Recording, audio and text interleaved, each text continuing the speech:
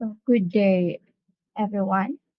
So, for today's presentation, I will be discussing about the political self. So, for today's discussion, we will be identifying the factors influencing the political participation. So, ano nga ba ang political self? So, it says that political self is the conceptuality discrete categories of inner and outer in reality constantly interact, shape, and inform each other. In simplest term, political self is the side of a person concerned with laws or other political features. So sabi dito is ang political self daw is side ng tao which is concerned sa laws or sa political features. So, example of this is yung you have may nasasabi ka about a certain politician or about a certain law. So, you are showing your political self or that is your political self. So, I have here a quote or a phrase by Aristotle.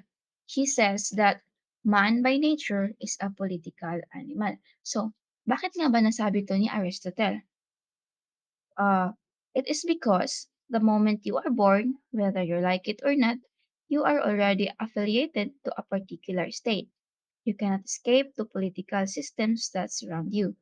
And whatever you do, even as simple as expressing your opinion on things like how your teacher handles your class, you participate politically.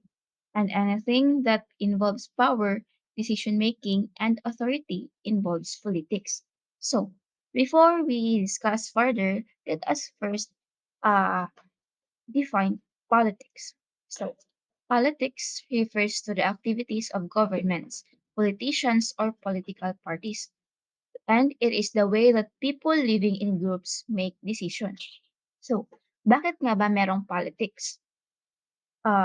Merong politics because politics controls the con- it controls our innate selfishness.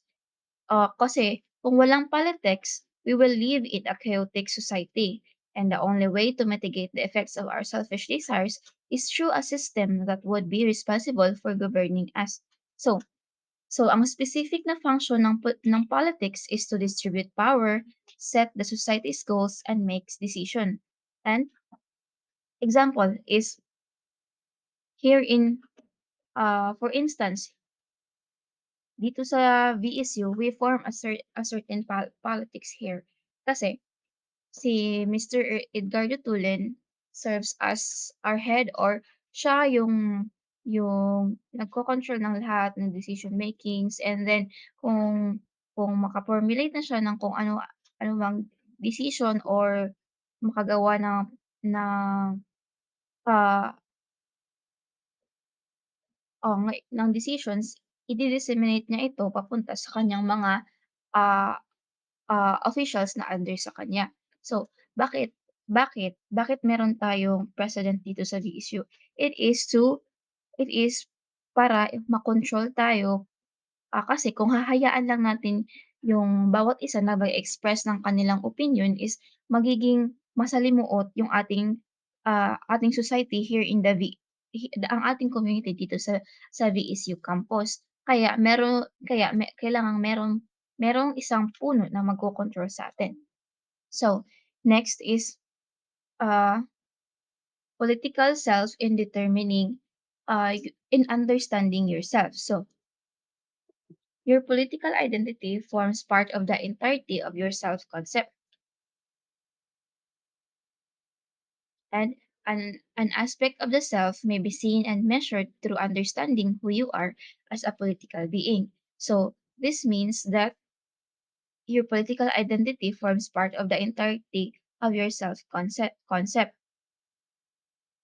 So, huge determinant of your political identity is your political behavior. So ang iyong political identity is nalalaman through your political behavior.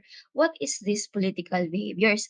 These political behaviors includes the candidates you vote, the policies you support, the government organizations you are in, and how assertive you are when it comes to demanding accountability from our politicians. So, dito, paano siya paano nagre-reflect ang inyong political behavior sa iyong political identity? So, ganito 'yon. The first example here is the candidates you vote. So, kung sino man yung ibinoto mo nung eleksyon, kung ano mang klaseng tao yung binoto mo, nagre-reflect din siya sa'yo na bumoto sa kanya na bumoto sa kanya.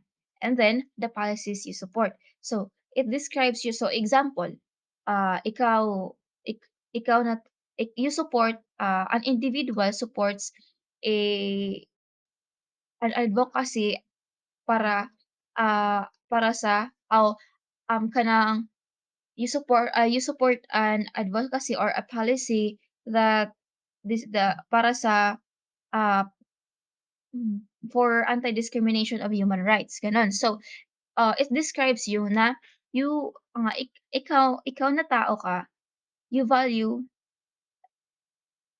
uh, you value you value human rights. So, and then another example is that you support SOGI bill. SOGI bill is for the protection or anti-discrimination of the LGBTQ community, and including also the men and women, the the men and women. So, you support that policy. So, it can be concluded that you are a part of that community, or you are an LGBT member and whatsoever. So, 'di ba nga ang political self is, uh, ang political self is your identity in the political world. So, para magkaroon ka ng political self or identity in that certain area is you have to participate politically, which is the political participation. So, hindi basta-basta ang mag-participate politically.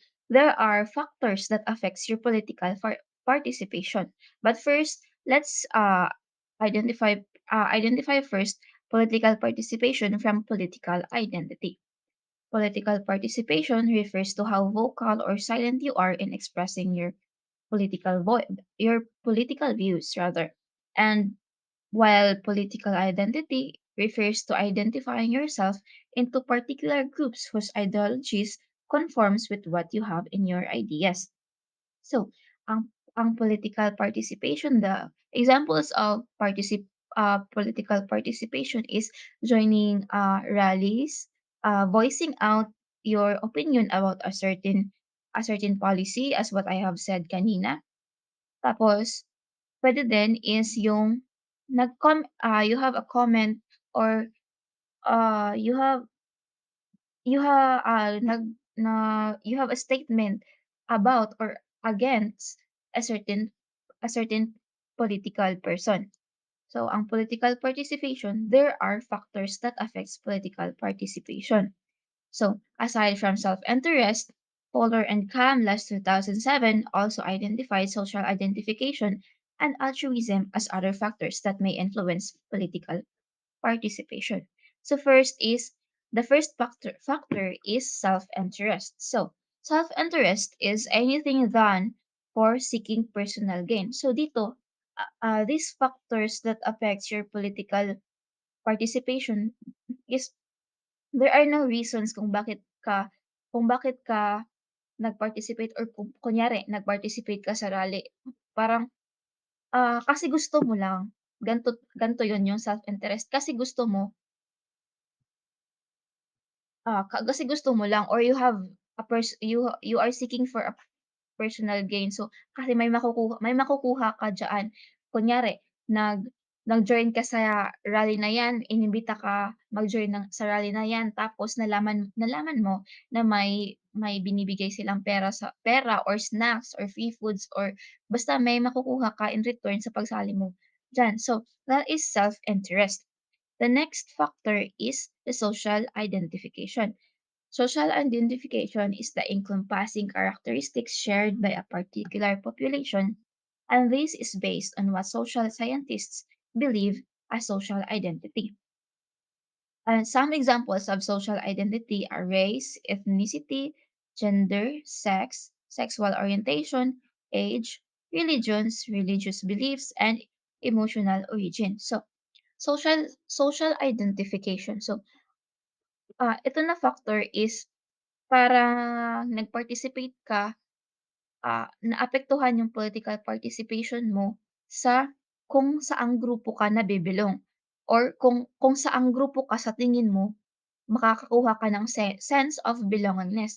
For example, here sa sexual orientation, like the example ko kanina sa, ah, yung mga may mga LGBT advocate group. So, sumali ka doon kasi you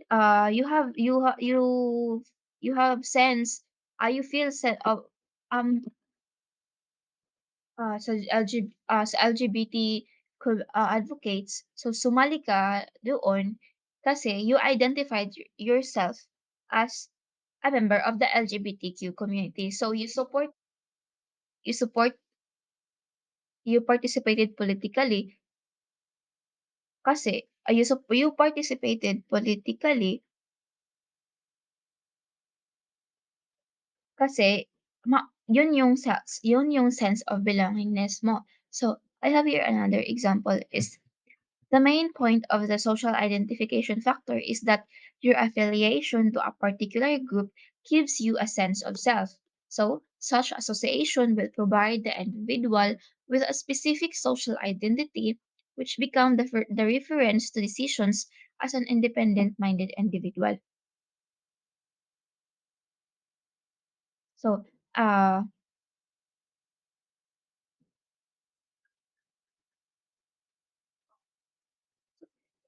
instead of making decisions as an independent minded individual, for example, you are a member or an advocate of Anak Bayan. So, therefore, your sense of self is guided by the group's ideologies. Hence, your perceptions and worldviews are in line to that ideologies. So, as a result, your actions, decision making, and even how you interact with others manifest such ideologies.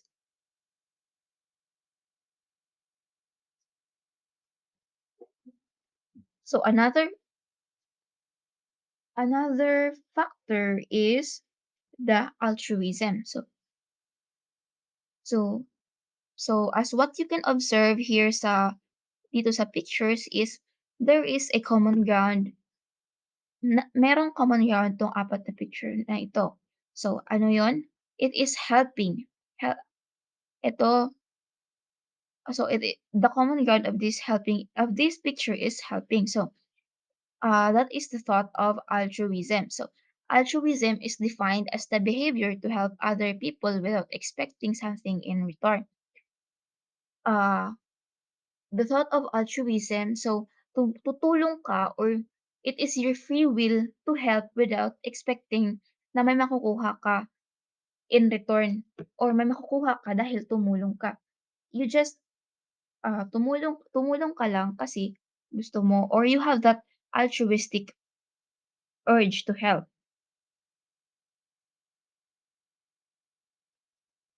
So, anthropologist Margaret Mead's explanation of how civilization started. So, si Margaret Mead is an anthropologist, and during on one of her class, uh, she was asked by her students kung papaano daw nag-start ang civilization started. So the student expected na ang magiging sagot ni Miss Margaret Meads is civilization started uh through the Neolithic period through using uh, stone stone materials for hunting and etc. etc. Instead, Miss Margaret Meads answered them that answered them a broken femur that has been healed. And then she elaborated that in the prehistoric societies, when you break your bones, you will die if your companions will just leave you behind because predators will attack you. However, early humans chose to stay with the injured companion fu- until the fracture healed. So, in that way, the civilization started when each people cared for each other. So, this is also the same altruistic tendency for humans to fight for a cause. So, examples of this is those advocates, yung mga advocates, yung mga meron silang sinusulong or they support a certain policies para kasi sa tingin nila makakatulong yun para sa nakakarami. So, what do they get in return? Wala, 'di ba? So that is the main thought of altruism. Some people participate politically because they just want to help.